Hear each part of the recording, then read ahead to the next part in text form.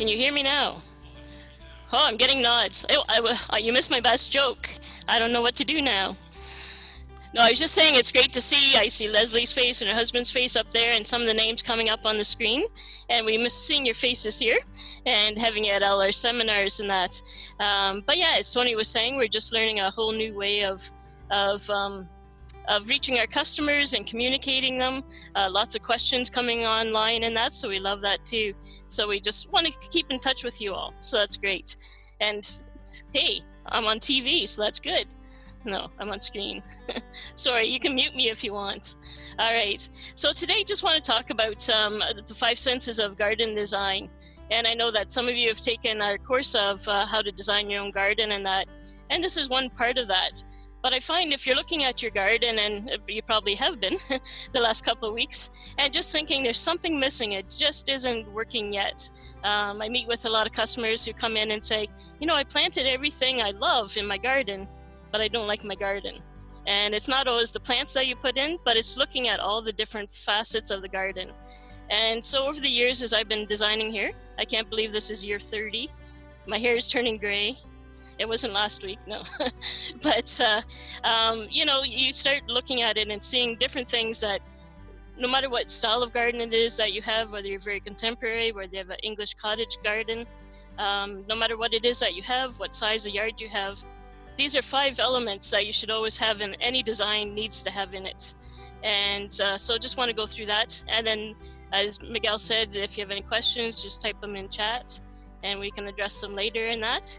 And hopefully answer some questions for you. So usually when you talk about senses in a garden, you'll start thinking about more lavender or hearing birds singing. I'm amazed at how many customers I am speaking to from home that said, wow, this year there's so many more birds than usual. And it's like, no, you just never been home in the daylight to see them before. And but we think of birds singing, we think of a water fountain bubbling away. And we're just thinking of those kinds of senses in the garden. But when it comes to garden design, there's another set of senses. And the first sense we're going to talk about in garden design is the sense of entry. And again, if it's into your front yard, do you have that what they call curb appeal? Is your walkway pleasant? Does it welcome people? And by that we mean, is it coming down to meet them? A lot of older homes, the older homes in St. Catharines North End, you typically see it where you have to go straight up the driveway. You're about 2 feet from the house, you have to turn on a sharp little 2.5 foot wide pathway and then up the steps. And then usually people cut across the lawn and that anyway. But even just bringing your walkway down to meet you, flaring out the ends of your walkway. And again, it doesn't matter if it's geometric or if it's a curved walkway, but that's one thing to create a sense of entry. So a lot of us, we go into our driveways, we get out of our car, we drive right into the garage, and we don't really pay too much attention. So I always encourage people to even go across the street and sit on your neighbor's lawn. They already think you're kind of weird, so that's all right. And but go stand across the street and think, what do my neighbors look at? If I'm coming up to the house for the first time, how am I seeing that? And it's hard because we've always looked at the design in a certain way. We've always seen that spruce tree in the front. We've always seen, you know, the ugly neighbor shed sticking over the fence. And it's hard to picture it differently. But yeah, or sometimes just taking pictures of the area and looking at the photos, it kind of removes yourself from it, where you can look at the pictures and start being a bit more analytical. I always find it's easier to judge the neighbor's house, so start there. But look at your front entryway. Does it need an arbor or a gate? Are the stairs too narrow? I was speaking with a customer this morning and looking at her pictures online with her. And, you know, the front house, it was kind of a raised bungalow, so it had some height to it. But the front stairs only were 3 feet wide. And it was a 2-foot path that led up to it. So it just made you feel like, even looking at it, that you'd just be squished going up the steps. Some of us more squished than others. So, does it have that curb appeal? But even as you're going into the backyard, a lot of times we have a house where we have 5-6 feet to the property line. And, you know, you're going down you go across past the hydrometer, you kind of squish by the recycling boxes, you squeeze by the air conditioner. But is that really, the backyard you're entering into a new area. Just like in a house, it's all divided up into rooms. And sometimes there's a hallway leading down. You need to set up an entranceway. And different ways that we can do that. It could even be plantings. So if you have room, say on the side of the house or at the front walkway, putting plants on either side of the walkway so the walkway comes through the garden. It's a much more pleasing look, it's a much more friendly look, and it's not just a concrete path that goes through grass. So it's just a nicer entryway. So definitely plantings on either side. And again, that can go totally with your style. So whether it's rows of low grasses or whether it's cone flowers and all that sort of thing. But you need to create that. Structures can also create that sense of entry.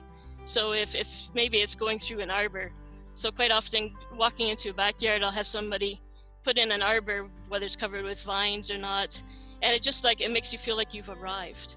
And so just doing structures of some sort, an arbor, even it could be a gateway coming through.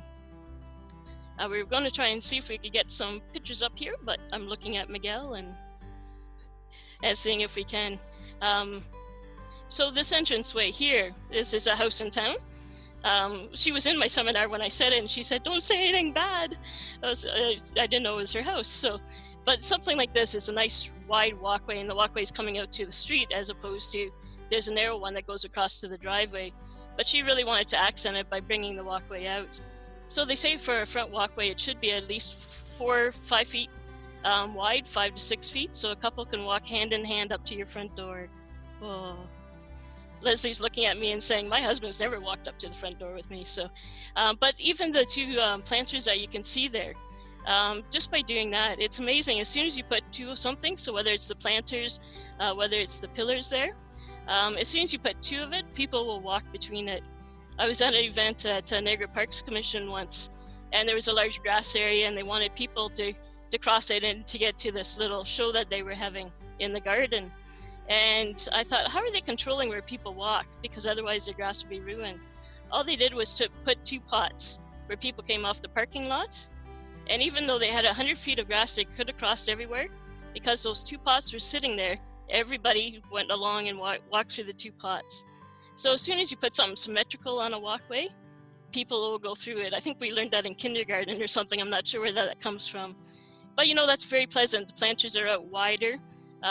It's a good width of walkway for the length of it, and it's just very inviting. So that's kind of what we're talking about. Is there something you can put along a walkway that's going to create that stretch? Here, going into a backyard, this is another house in town here, and just has that 4 or 5 foot brick walkway down the side of the house. You pass by air conditioners and gas meters and all that sort of thing, but towards the back of the house, it's just putting in a simple arbor. The house is white, a lot of her accents are white. So just a very simple white arbor is a way of creating an entrance into the back. It really doesn't stand out a lot from the house, but when you walk through it, all of a sudden you think, okay, I'm somewhere different. I've arrived somewhere new. And it kind of draws you from the front of the house when you come around the garage. You're not noticing all the little things along the garage wall because you're focused on the arbor there. And lots of times going into this, and we'll be talking about with a sense of welcome as well next, is that you just get a little visual of what's to become. You don't see the whole garden at once, but it draws you in and makes you want to go through to find out more. So it kind of gives a bit of mystery to the garden. And so that's always great. Maybe you have a bit more Japanese style and you're putting in more of a gate that you can kind of see through. Again, you're getting glimpses, but it really enticing you to come and you want to go through that gate to see what's on the other side. So that's kind of what we're talking about when we talk about a sense of entry. Containers, structures, plantings, even paving material. So again, if you had a concrete slab walkway down the side of your house, but all of a sudden you changed it to brick or stone once they went through that arbor, just changing the paving material, or it could be mulch to pea stone, it doesn't matter what the combination is. It should go with the style of your garden, but just changing the paving material will create that you've come into a new area. Something has changed. And so even just changing your pavers can do it. One of the projects that the Garden Center was able to be a part of that we're really happy with, and that is the grandstands, the Henley grandstands, Craig Swayze Memorial grandstands. So this is in Port Dalhousie. This is the before. Wait, you gotta see the after. So the before, they had the beautiful blue chain link fence with the blue barbed wire, matched the building, very pretty. And It was just a narrow strip of weeds, really. And you think this is a world-renowned rowing place. Nothing there tells you you've got, a lot of times, and I've even known it's there, and drove by and I thought, well, where is the grandstands? I haven't seen them yet. And the entranceway would not be something that invited you in. And just at the time of the Pan Am Games in Canada, they used this facility for rowing. And so if you can go to the next one, Miguel, there. So what we wanted to do is create that sense of entry. If it's world renowned for its rowing, it should state that. So the one thing we did, unfortunately, is got rid of the blue chain link fence. But we created these pillars in front. Again, if you pick areas and put something on either side, people will want to walk through it. And so we created the brick pillars, and they liked the brick pillars so much that they even redid the building with the same stonework. But we also we designed the gate for them. And at least the gate, creates that entranceway. It's like, wow, I really want to go in now. Before, it kind of told you, I really want to get out. I don't want to go in there. It's chain link and barbed wire. I'm going into prison. And so at least it now tells you where you're at, saying that must be the rowing place. There's oars on the gates. But just creating an official gate instead of the chain link. So on the front pillars you see there, we also used an old rowing boat, old scull, and used that as the arbor. So again, it's giving it that sense of entry. If you look close, there's even a pair of shoes that have been nailed to the seats, a pair of rowing shoes up in there. So it's definitely, would you notice that before you noticed the before picture, right? And even by placing some large planters there, again, it just creates that sense of entry. And it's really changed the place. We did that, 4 years ago or so now. And so we tied in some old stripping rope and all that sort of thing as well, so that you knew where you were at. But so much more pleasant looking at than the before picture. Before it looked like, is that a detention center? And but now it's created a different entry. So not all of us can have that in front of our house, but it really illustrates that entry is everything. It's how your guests are going to perceive how they come into your yard and that. So that's the first sense, is just creating that sense of entry. The second sense that we're going to talk about is a sense of welcome.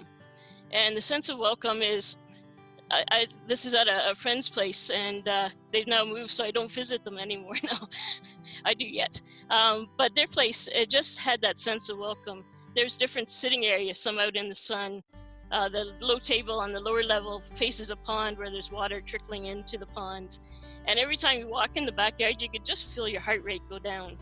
You could just feel that you just feel relaxed and you don't want to go home. They always wanted me to go home, I didn't. But they had lots of birds coming through their yard.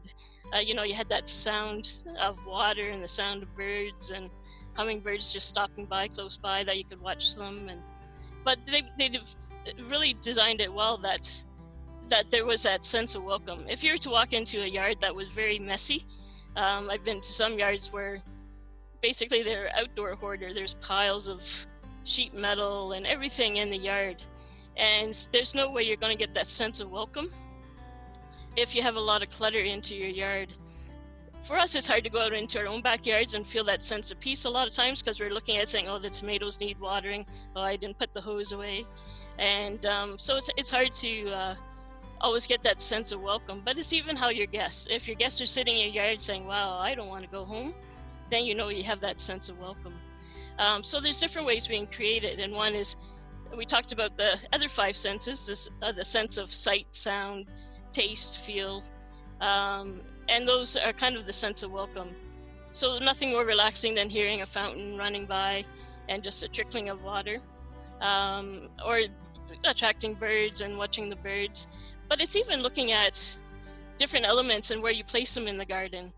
This area, if this was like a morning sunlight coming in, this area with the dappled light that you're seeing with the fountain is an area that I'd want to sit in the afternoon. It's just a dappled light, you're not out in the full sun. So if I was going to say, in the afternoon, I like to go out, sit with a glass of wine and read a book, it would probably be in this dappled light setting. So even considering what your natural light is, maybe there's a place in the first thing in the morning that gets that early morning sun, and maybe that's where you want a sitting area because you like going out with your morning coffee and you want to feel the warmth on you. So even placing your sitting areas in the right spots can create that sense of welcome. So definitely be looking at the natural lights. It changes from season to season with leaves off the tree and on the tree. But be looking at the light saying, wow, yeah, in the afternoon, I want that dappledness. I want to be in a part shade. So maybe this would be a good area to place a sitting area. And placing seating in the garden, that is really important, and just places that you can rest. And so if your yard makes you feel all chaotic and you just think, oh, I can't stand going out there, then you need to be looking at what clutter can you get rid of? Do you have too much in the garden? Or do I need to put a bench underneath the tree where I can just go and sit and be? But it's nothing better for me to hear from somebody saying, oh, I just love coming to your garden. And they don't want to come in the house to see you, they want to go and walk in your garden first. So that's when you know you've got that sense of welcome. But is it a place that you can walk out and just sit and do whatever you want to do out there, and you don't feel any of the pressures of the world around you? And that's very important in the garden. So many customers come in and they don't have a thing in their garden. And I always ask them, well, how long have you lived there? And they always say, oh, I've been there 5-6 years. And what do you use your garden for? Well, we don't do anything out there. And so this is the next sense with this big oak tree here, is a sense of enclosure. And again, no matter if you have a couple acres of lands out in the country, or you have that 40 by 40 foot lot in the city, you might not be able to get this tree in there, but you need that sense of enclosure. I always watch my cat. She has a whole house to sleep in, but she'll sleep right beside me and cuddle in, or she'll sleep in a box or a basket, and she just wants to feel enclosed. And we have that same sense, that we have that same need. Again, a lot of people say, well, they don't use their backyard because they feel exposed to all the neighbors. Everybody's got a 2-story house, a 2nd-story deck off of it. Everybody looks down in them, and they never feel comfortable in their own backyard. So if you do have the space, of course, the best time to plant a tree is 50 years ago. But if you do have the space to create some canopy, that's one way of creating that sense of enclosure and that into a garden. And it's very important. But there's other ways, and most of us don't have the luxury of putting in a tree, or we stopped buying green bananas a while ago, so putting in an oak tree is not really an option for us. But there's other ways that you can get that sense of enclosure. And some of it is through plantings. This is another yard in town here on Mary Street. And they just lost a big tree, so they had me there. They said, we need to fill that hole in there. And between them and the neighbors, basically you couldn't tell she had neighbors up to that point before she lost that tree. And just through different plantings on their side of the fence, and the neighbor helped out with the Japanese maple on their side, they did have a really enclosed, they had about 4 neighbors' yards that they were looking into otherwise. But just by closing up the fence, we have, it's a way of giving you a sense of enclosure. So you can feel like you have your own little private oasis. Even though we all love our neighbors, we don't want to always have to go and say, hi, nice weather. Sometimes you just want to go out and be in your yard. And so that sense of enclosure can be done just with plantings and that around. Sometimes with a sense of enclosure, we don't have that space. We get people coming in that they've just put in a new swimming pool, and they've left a good 2 feet between the pool and the fence, but they want something that grows 20 feet high. And yeah, that can happen. There's nothing that stays that narrow. So sometimes using a structure of some sort, you can create a sense of privacy. So whether a hedge, Miguel just put up there, sometimes it's a cedar hedging if you like it a bit more formal. Those are nice emerald cedars, which makes a great hedge. But sometimes it's got to be more of a lattice panel or something. With fences in most areas, we're only allowed to go 6 feet. But if you were to step in from the fence a couple feet, there's no height restrictions on a screen. As long as it's not more than 2 posts, it's not a fence. Here's a corner, I don't know if it's corner Mary, it's down by Shaw Festival in Niagara-on-Lake here. And so they can really put up a hedge, because they'd have to plant it on the city property. They had to stay on to their own property. But it's a very busy corner. And so they'd always have people, and you can imagine if one of the windows just inside this lattice work was, say it was their kitchen, and they're sitting there every morning and they watch everybody walk by, they'd have to keep their curtains drawn, their blinds down. But putting up a structure like this, still gave them that privacy. Whether you're going to plant vines on there, whether you put like the Carl Forster reedgrasses that are there, so you can still make it decorative. But a screen is only 4 or 5 inches wide, so it's not taking up a lot of your space. So even if you're very restricted space, whether you're in a townhouse and in between patios, you need just to block that neighbor who likes to talk too much. You know, doing a structure like this, as long as it's only 2 posts long and far enough off your property line, there's no height restrictions. So sometimes a plant just doesn't do that.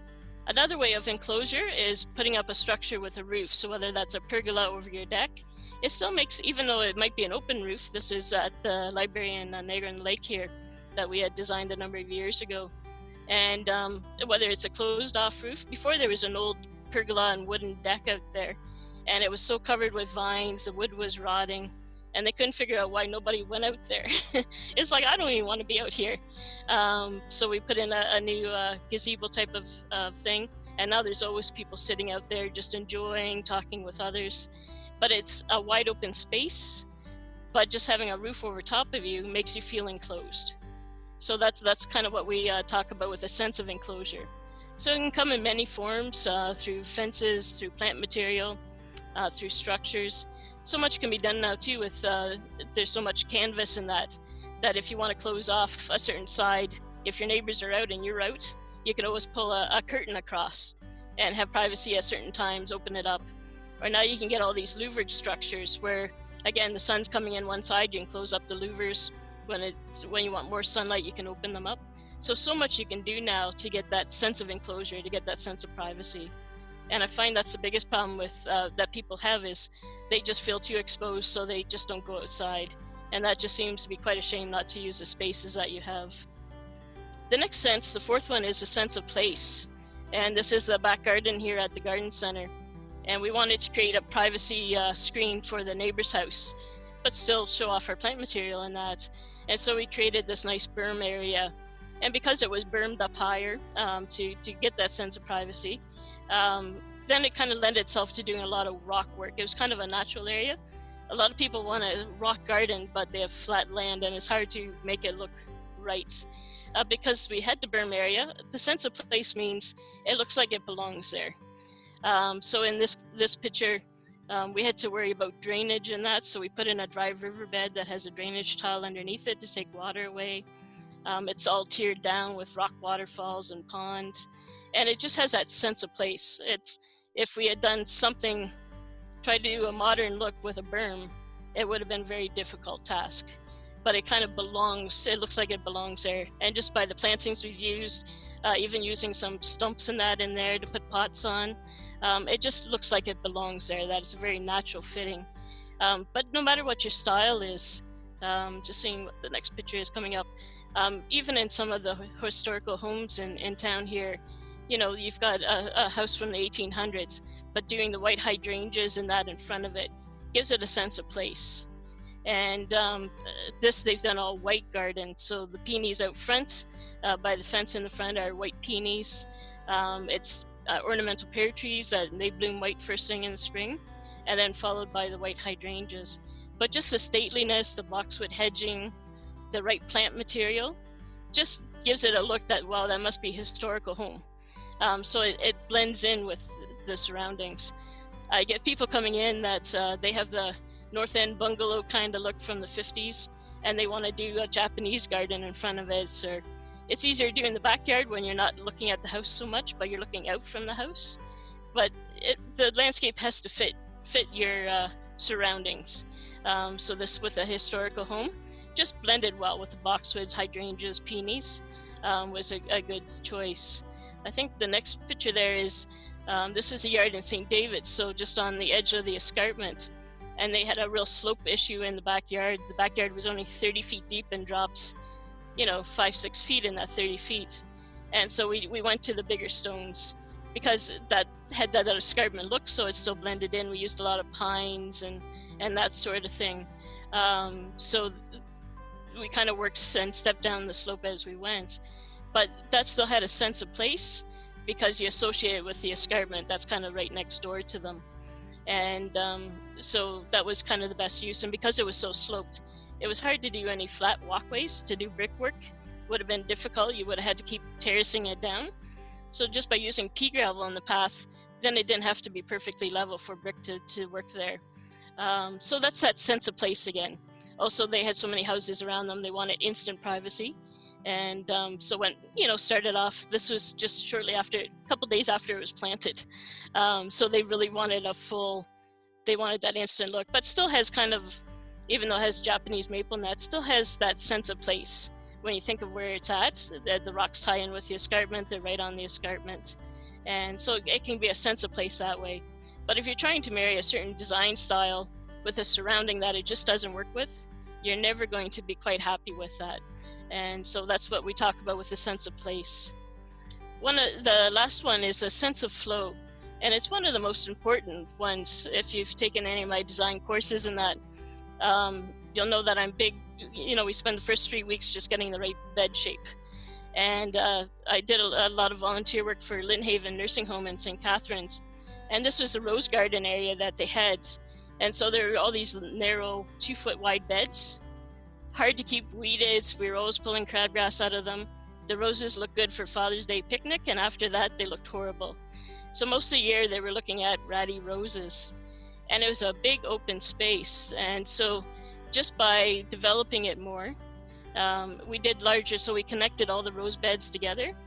We still kept some of the roses in those spots, but instead of 6 little tiny beds in one area, we made it one big swooping garden.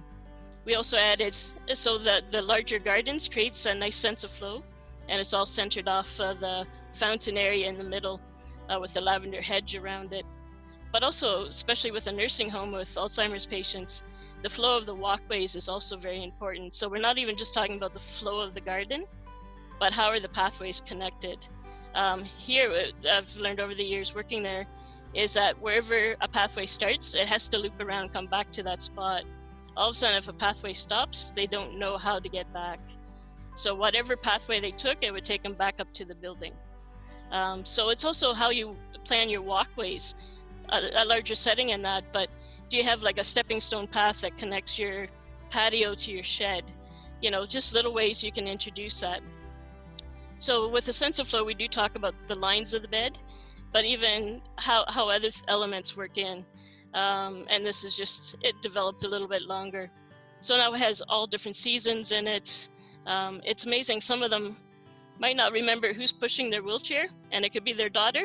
They don't remember her name, but as soon as they get to that lavender hedge in the middle, their hand automatically goes down and rubs along the lavender hedge. So it was also planned so that it would trigger memories of their gardens in there as well. But a sense of flow, this is a Japanese garden that I did a number of years ago. And so the dry riverbed, the yard naturally sloped to the back.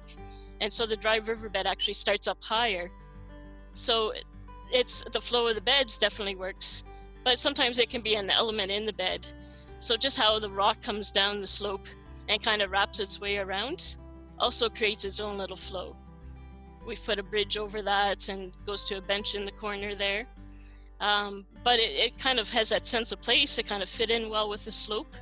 But just the way that the beds flow in it, but the river rock does. You'll see a stepping stone path there leading to the bridge. That stepping stone path then leads to the patio. And what it's doing, you can see it just coming up further up the same garden there. But the path gives people permission to leave the patio area and wander into the garden. So the sense of flow is, how do people move throughout your space? Is it awkward? Or all of a sudden they have to stop and turn around and do something different? Or is it something that leads you through? So definitely the shape of the beds, a walkway can create that sense of flow. Maybe it's a dry riverbed. If this was our yard in most gardens, this is kind of what we do. So if you have the house here at the bottom of the picture, the deck off the back of the house, and we have the vegetable garden. Of course, the vegetable garden has to be square, because how else can you build a vegetable garden? You have the shed in the middle of the back fence, and you think, and you have a play area for your grandkids, and then you think, well, I should put a garden between the shed and the play area. So you do the little half circle, and they think, oh, I need some privacy from the neighbors, so I did a little garden half circle on the other side. But nothing is connected in that garden. Everything is separate. The phrase I always use is plunkitis. One day we decided to plunk that there, the next day, oh, let's plunk that there. And you just keep plunking things in. And you might have all the best plants, all your favorite plants in those gardens, but your eye isn't entertained by that. Wherever your line stops, your eye stops. So the trick is to have they say whether it's front yard or backyard, wherever you start, your eye starts the line, it should lead you back around to the place you started. So we could still incorporate all the same elements into this garden. We can still have the playground in the right corner. We can still have a vegetable garden in the back left corner. We can still have the shed there in the center. But if you started your finger anywhere along that line, it leads you back around. So that's what we talk about with the sense of flow, is that it's something that, and whether it's curved lines, whether it's more contemporary and modern type of lines, wherever your eye starts, there's a line that takes you there. So it could be, one line could be the edge of the shed. So it might not be all garden or that. Or even if you didn't want gardens all the way around, but you wanted a back corner garden. My mouse isn't going to work on here, is it? No. Yeah. I'm just getting Miguel to move the mouse here for me. So maybe that area there, you want garden, but you don't want all the garden to the below it or beside it. As long as that line matched into the fence line, then your eye would pick up definitely on the fence, and then you can pick it up somewhere else. So it does mean you have to have gardens surrounding your whole yard. But even sometimes it's simple. A lot of times we'll have a curved garden and we'll curve it up to the fence, but then we have this little awkward corner that we can never get mowed, and we just kind of whack the weeds down in it. Where if you flared that curved bed this way instead, and it flared into the line of the fence, hard to show virtually, but if you blended it into the line of the fence, then your eye would continue on the fence. But wherever your eye stops in the landscape, that's also where your flow stops. So there's a lot of different ways to create that. You can even create flow in a garden just by repeating certain colors. So maybe you have golden, yellow, orangey colors. So maybe you have black-eyed Susans here. Maybe you've picked up a Coreopsis over here that's similar colors, and maybe you've repeated that color. So even repeating certain plants in different areas of the garden can create a sense of flow. So a lot of different things to do that. I know Leslie's been at my course in that before, and that's what we talked about, is very long, narrow property, and how do you create that sense of flow when it looks like a bowling alley. But just by creating certain lines, just blending them certain ways, can really change how a landscape looks. So something as simple as going out and saying, well, if I just continued this bed to connect it to the shed another 5 feet, then I've created that sense of flow. So little things that you can do. It doesn't mean there has to be a great big overhaul in the garden, but different things to look at as you're going through and saying, what's not working? I love my dwarf lilac. I love the burning bush in the fall. And it could be all the plants, but your garden can still not work. And it's these elements that we're talking about with the 5 senses. It's you feel welcomed when you come into the yard. Is it a yard that your guests come into and say, oh, I could sit here forever, Do you have that sense of enclosure? Every time you go outside, you're trying to make sure you get to the shed before a neighbor catches you. You don't want to talk to anybody that day or whatever it is. So those senses so we talked about sense of welcome, sense of entry, sense of place, sense of enclosure, sense of flow. If you include those in, no matter your style, no matter, if you like English cottage, if you like everything in straight rows, it doesn't matter on what style or what plants you use.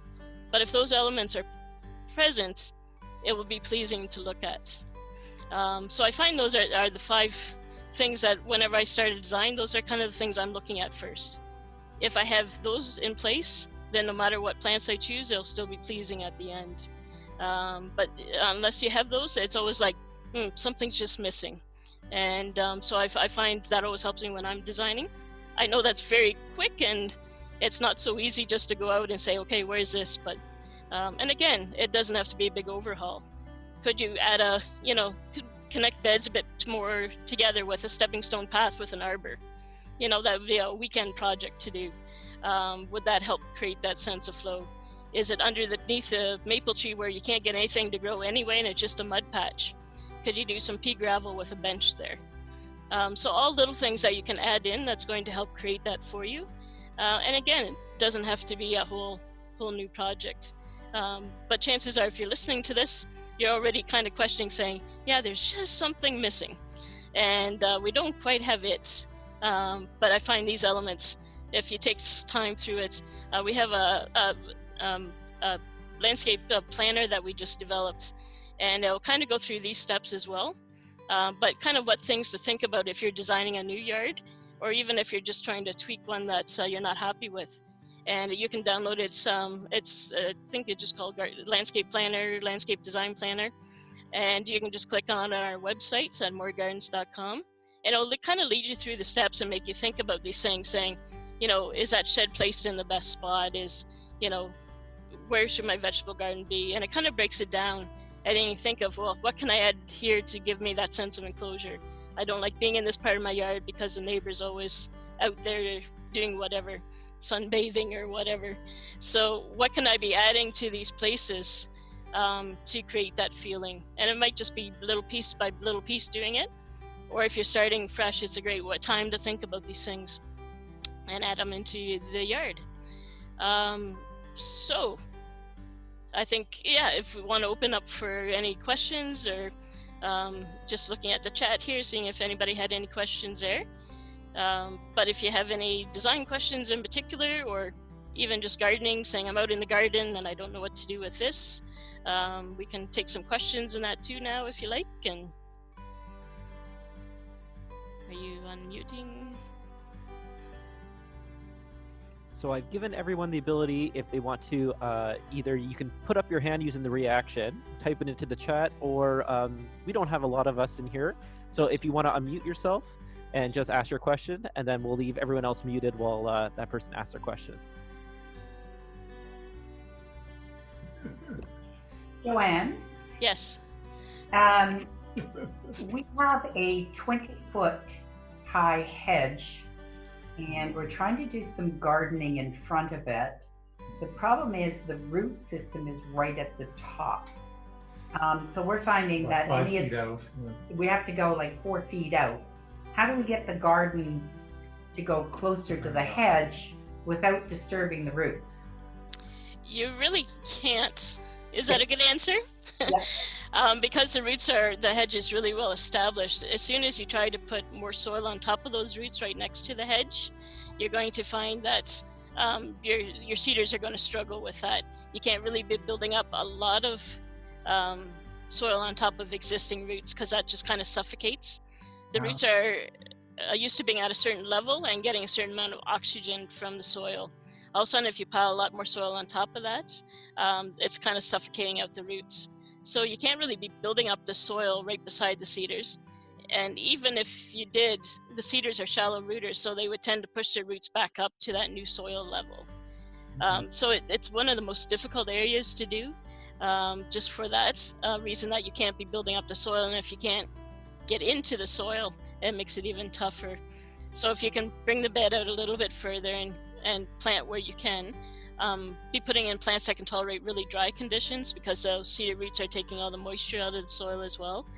So it's going to be hard for you to put any shrubs in, unless you can really get, the roots chopped from an area. But even the shrubs that you put in are going to be stunted. If the roots can't grow quickly, the plant's not going to grow quickly either. It's not going to be as healthy, just because it's competing with all those cedar roots. If you're planting and putting in a hedge at the same time, then the roots will work that out. But when it's a real established hedge like that, the roots have already taken over that space. So there's different things that can do. I don't know how wide a garden you're thinking of there, but is that a place to put something else beside plant material? Can you just be putting some nice river rock along there with some larger rocks? Could you be setting a couple containers in that area with perennials or annuals in them, and still giving color to that area? So whether it's just mulching it and placing, a couple rocks, couple pots into there, if it was, depending on the style and that, but driftwood or something like that. But it is always going to be a difficult area. You're always going to struggle with that, and there's no easy answer except for to pull your hedge out. No. All right. So it's what else can you do? Maybe definitely plants. One thing I saw in front of a cedar hedge in a picture I was going through is they did a bed and it was just periwinkle in front of the cedar hedge. It might have been 6 to 8 feet wide. And then they placed obelisks, really nice, strong, heavy duty obelisks in there. And the obelisks looked like they might be 6, 7 feet high, and just located 3 obelisks along that bed of periwinkle. And it was just a nice stately form. It still had interest to it without having to worry about what will grow in there. But any shrubs that have a deeper root system is really going to struggle.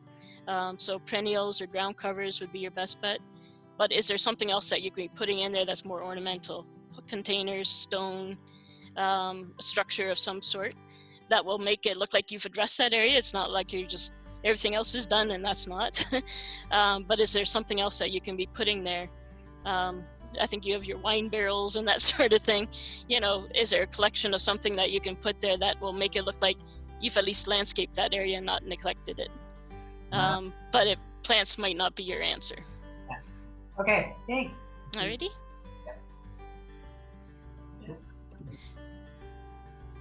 I see a question on here from Pat. I have a hibiscus tree that's taking over the garden. How can I control the size of it? And by hibiscus tree, I figure you mean the Rosa Sharon. Is that right, Pat? Pat's probably muted. So if it's a Rosa Sharon tree, there is some varieties, especially the single flowered ones, that do reseed themselves, and they'll kind of travel throughout the garden. The best way to get rid of the reseeding, it's usually not that they're suckering up from the base, it's more the seeds that are falling and growing everywhere. So the best thing is after it's done its bloom season, in late summer, that if you can go and remove all the seed heads, is the only solution.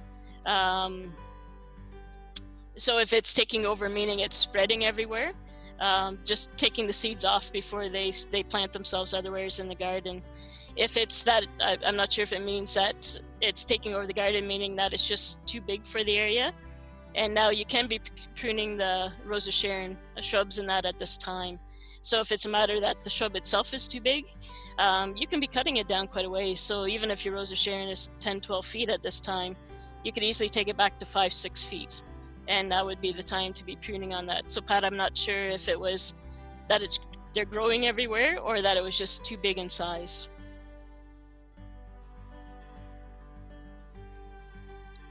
Did you want Pat to respond to that, or?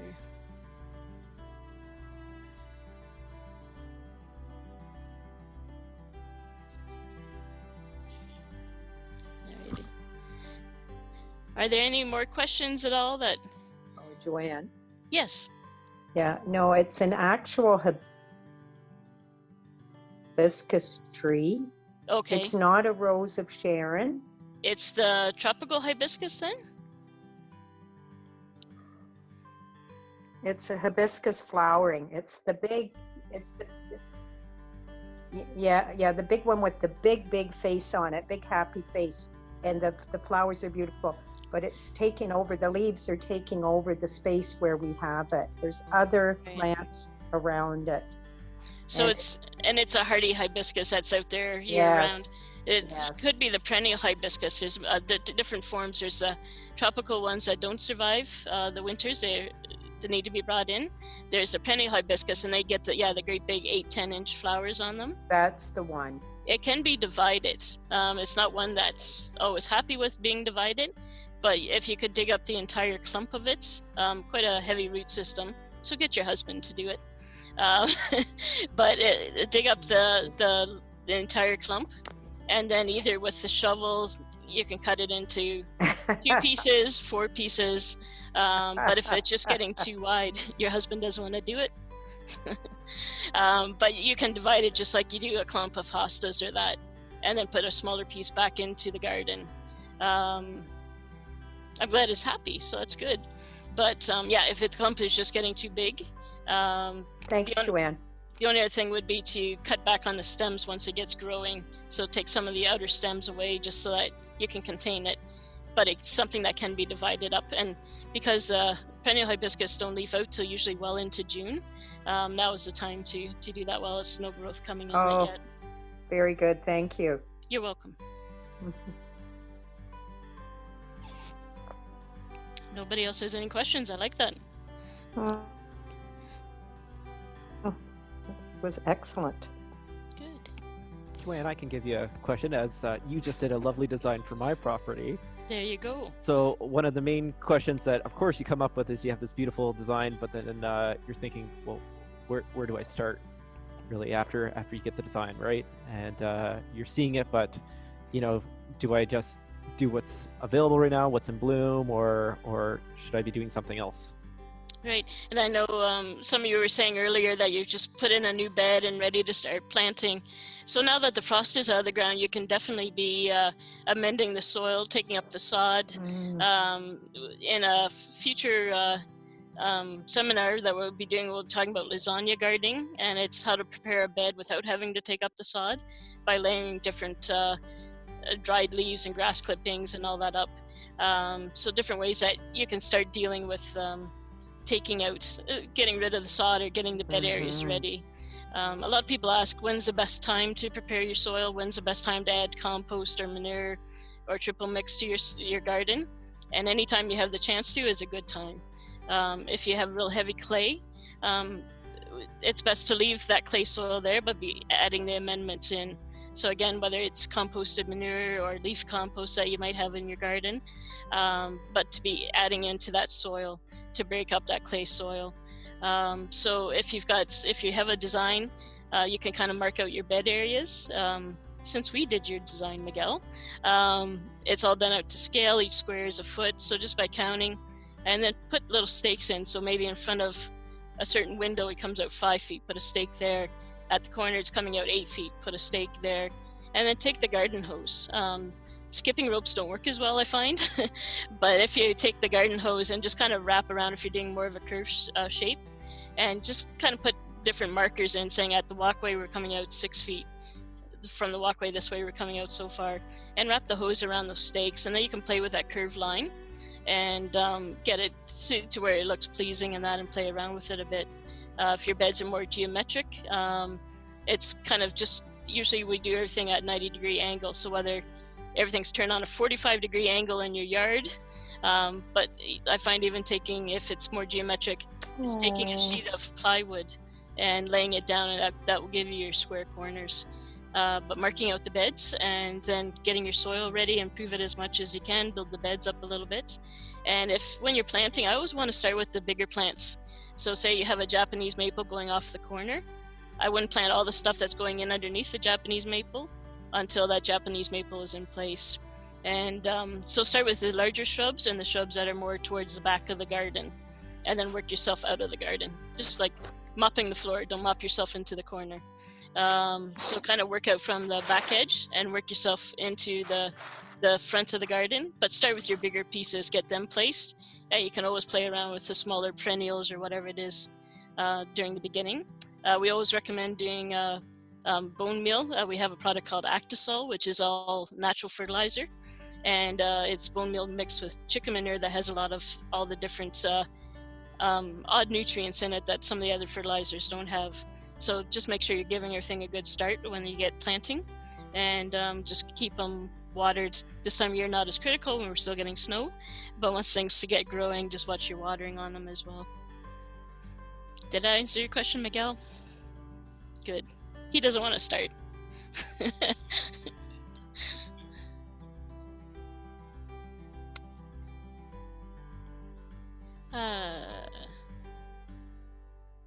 Just seeing if there's any other questions up there. If not, we're always here. There's somebody here Monday to Saturday, and we're always happy to answer questions. If you're in your yard and your husband's about to whack something down that you don't think should be, you can always give us a call and we can set him straight. We'll put him on. I see a thumbs up there. Yeah, he's a whacker. So, yeah, we can always answer your questions. even if you just want to talk about a design area, maybe you have a small spot saying, this area is not working for me. As Tony said, we're doing kind of Zoom meetings, that if you can send me a couple photographs, maybe a couple measurements of the area, and even if you just want to have a discussion about it and maybe not a design done, we can set up a meeting and bring up the photo just like we have been on the computer here, and we can still kind of discuss those things even though we can't be together yet. So definitely, if you have areas that even you just want, you know, some feedback on, we're happy to do that too with you.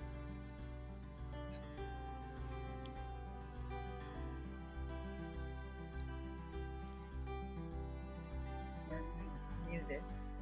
Oh. Unmuted. Well, I think you turned yourself off there. Okay, now I'm There on. we go. You are. All right, get used to this here.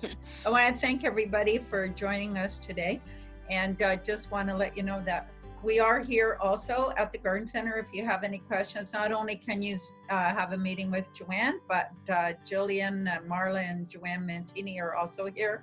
Mike answering questions all day. We love talking to you. And yeah, we hope to see you real soon. So thank you and happy Earth Day.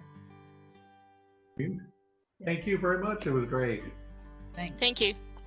Thanks, Awesome. Cal. Thank Happy Earth Day. That's right. you. All fun. Thanks, Great.